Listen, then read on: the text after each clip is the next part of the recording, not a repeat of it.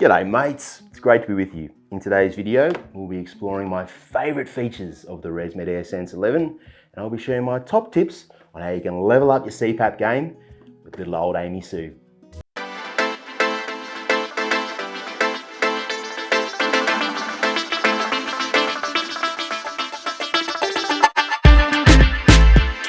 We all know CPAP therapy isn't a beauty pageant. However, if it were, sweet little Amy Sue here would win first prize every day of the week. So if you're someone who does take pride in your bedroom decor, it does look nice on the bedside table. She's a good looking unit. Here's how she compares to the other pageant contestants. We've got Miss New Zealand over here, Miss Germany, Miss China, Miss Netherlands. What have we got here? This Miss USA, Miss Australia, Miss Singapore. Where does it say? On the back here. Made in Australia. We've got Miss Australia right here in the middle. And one thing you'll notice is just how compact it is, hey? This is really convenient for travel. If you're heading through an airport, going on a cruise, it's a great choice. And the 24-volt capability means you can take it off-grid camping or use in your RV, and it also takes up less precious real estate on your bedside table. Now, Miss Australia, she's just taken out the bikini contest with a petite rig, but she also has a pretty face. Check it out.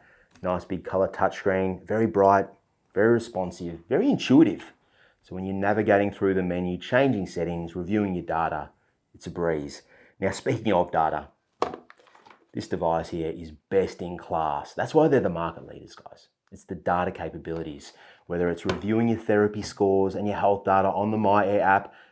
Yes, it's a bit basic and beginners love it. Or connecting with your clinician via the 4G cellular modem so they can track your progress remotely and change your settings remotely. And for the more experienced users, if you want a bit more of an in-depth analysis, a few more charts, a few more reports so you can really do a deep dive into your therapy, SD card here stores all the detailed data so you can upload it to other platforms like Sleep HQ and Oscar. Really cool. Now, one of my favorite features is ResMed's climate control.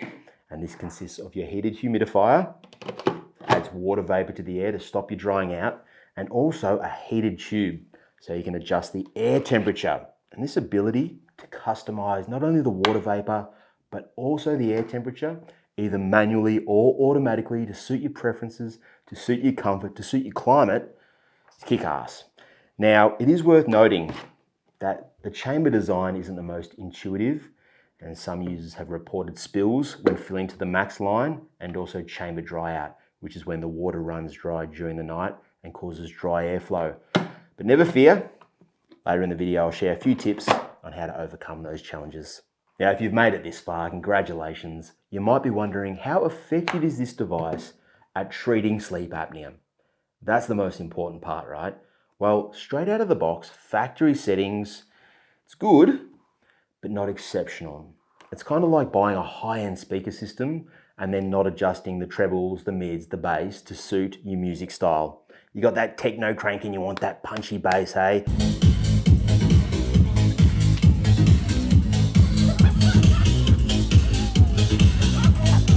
Got a bit of classical going, you might tweak the mids, tweak the treble a little bit.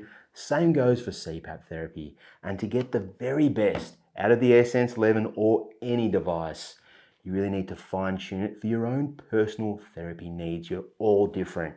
And I'll give you a quick example of this on Sleep HQ, but if you'd like to learn more, head on over to the Sleep HQ Pro community for expert education. Now, if you're a beginner and this flies straight over your head, don't worry, you can just continue using myAir for now. But for the experienced users, if you want to check out your charts in more detail, check out Sleep HQ.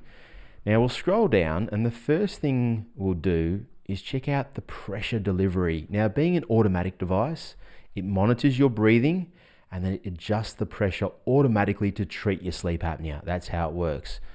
But sometimes that can cause problems like it is just here, and I'll show you what's happening. So with the pressure chart here, we've got time along the x-axis down the bottom here, 10 p.m., 10:30, and then up the y-axis we have the pressure. And you can see as I hover my mouse over the line, the pressure is changing. See it going up here? Up to 7.8, and it's coming down, and it's changing over time. But have a look what happens here. All of a sudden it jumps from around 7.5, it goes boom and explodes up really quickly to 12 centimeters. And it's doing so to treat sleep apnea. Don't get me wrong, it's trying to do its job, But what can sometimes happen is it can also disturb sleep. And there is no point using a CPAP machine and having complete apnea control if it's constantly waking you up and disturbing your sleep. You'll just end up hating therapy. And you can see she's woken up here. She's also woken up here again when the pressure's increased again and again here. So how can we use this Sleep HQ data to fine tune and optimize the AirSense 11 so it's not disturbing sleep? Well, we know that the pressure delivery is the problem. It's going too high, waking the user up. So what we can do is we can limit how high that pressure goes. It's called the pressure max value, and we might set it to start with at 10. So instead of this pressure going up here to 12, up here to 10.9, up here to 11.48, and waking this user up, it won't go above 10. Something else you might consider is changing the algorithm response, which is how fast that pressure is moving over time. You can see here, one moment, nice and comfortable, nice and light, and then all of a sudden it jumps from 7, whoop, 11.5, wake you up out of sleep. Now this is what's called the standard response, and it's quite aggressive. Very fast at treating sleep apnea, which is great, but it can wake you up, as we can see right here. Now this device also has a soft response. It's one of the great features again of the AirSense 11. Lots of flexibility with the pressure delivery. Now with the soft response, those pressure changes are slower, the increases and the decreases, right? Much more gentle profile instead of these quick, fast changes in pressure. Okay, so A, set the pressure max to 10 so it's not going too high, and B, change the response to soft, and most likely this user won't be waking up here 3 times during the night because of the pressure. It's one example of how you can fine-tune your therapy using Sleep HQ. I've got hundreds of examples, hundreds of educational videos. If you want to check them out, sleephq.com. And to finish up, here's a few tips to help you level up your CPAP game. Tip number 1, I see so many people using standard non-heated tubing with their AirSense 11. Rookie mistake. You've got a Porsche, drive it like a Porsche, all right? We're not doing 40 down the freeway, guys. Go and grab the Climate Line Air 11 heated tube system. Plug it in and it activates climate control, which is undoubtedly one of ResMed's best features. That's tip number 1. Tip number 2, if your AirSense 11 didn't come with an SD card, go and buy one. They're nice and affordable. Anything under 32 gigabytes will do. Insert it into your device and the device will write detailed data to that SD card for years.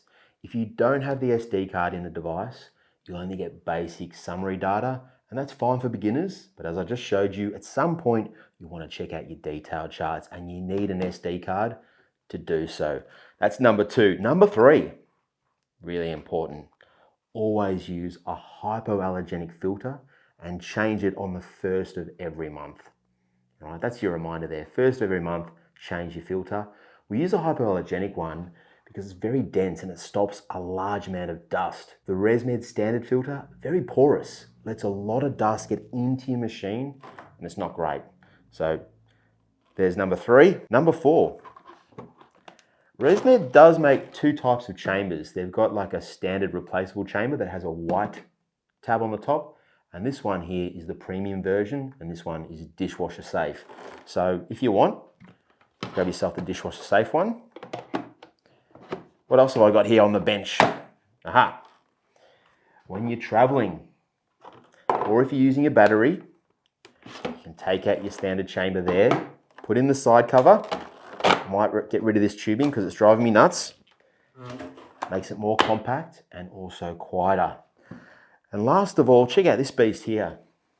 This here is a wall mount, 3D printed. I picked it up on Etsy. You don't have to go with this like psychedelic purple color. They do have neutral colors like white and black, but you can attach it to your wall, freeze up your bedside table, and in your CPAP machine. Pretty cool, hey? Now, no CPAP machine is perfect, guys. They all have their pros and cons.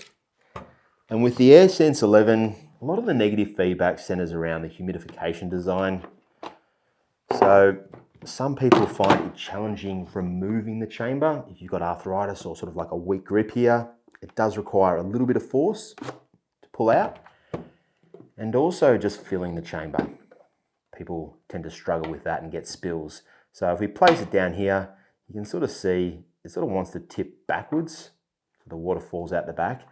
And the max fill line really is the max fill line. You go 1 mil over this max fill, the water tips out the back. However, some people find if they don't get the water to that max fill, then they can experience chamber dry out. The water runs dry during the night, and when that happens, the air turns dry, you get a dry throat, dry mouth, dry nose, and so on. It's unpleasant. So here's a few tips anyway. So remove your chamber, place it on a firm surface, open up the lid, and just hold the lid with one hand so it's nice and secure. Grab your jug and just pour it in. Now the trick is not to overfill. That's the big mistake ResMed has made. The fill line, the max fill line, is just too high. So what you might like to do is actually grab a marker and put another line just below the max line. Now once you have filled it up, close the lid while it's on the bench. If you pick it up and try and close the lid, no good. But once you've closed the lid, it's good. All right, you're good. You don't want to throw it around obviously, but you're pretty good. And then you can take it over your device, insert, and you're good to go. Now, if you find yourself in the situation where your water chamber is running dry, you might like to check out this bad boy, the C-Spring Mac 2. It monitors the water in your chamber, and then whenever it gets low, it automatically fills it up. Anyway guys, hope you enjoyed the vid. Until next time, sleep well, look after your mates, and I'll see you soon. Cheers.